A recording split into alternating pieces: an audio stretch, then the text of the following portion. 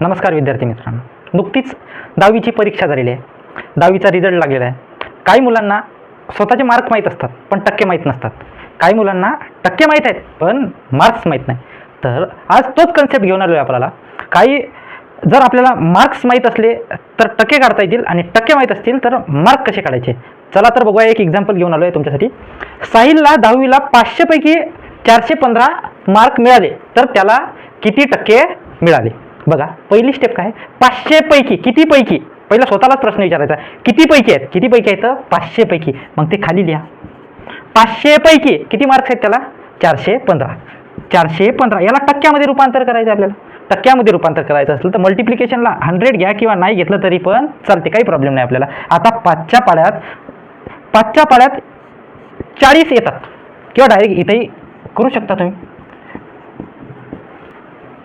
5च्या पाड्यात 4 येत नाही, 0चा भाग जातो. 5 8 40 आणि इथे खाली 1 होतो. 5च्या पाड्यात 15 3 नंबरला येतात. 5 3 15. मग असा याला किती टक्के पडले, 83. आणि टक्के विचारल्यामुळे टक्क्याचं साईन देऊन द्यायचं. मग साहिलला 500 पैकी 415 मार्क्स म्हणल्यावर 83% मिळाले. मग त्याच प्रकारे हे जर आवडले असेल तर तुम्ही 500 पैकी जर 390 मार्क मिळाले तर किती टक्के होतात ते मला कमेंटमध्ये सांगा. आणि दुसरं एक एक्झाम्पल, 500 पैकी 365 म्हणजे किती टक्के हे मला तुम्ही कमेंटमध्ये सांगा. जर ही माहिती आवडली असेल तर लाईक करा, सबस्क्राईब करा आणि गरजू विद्यार्थ्यापर्यंत पोहोचवा. थँक्यू.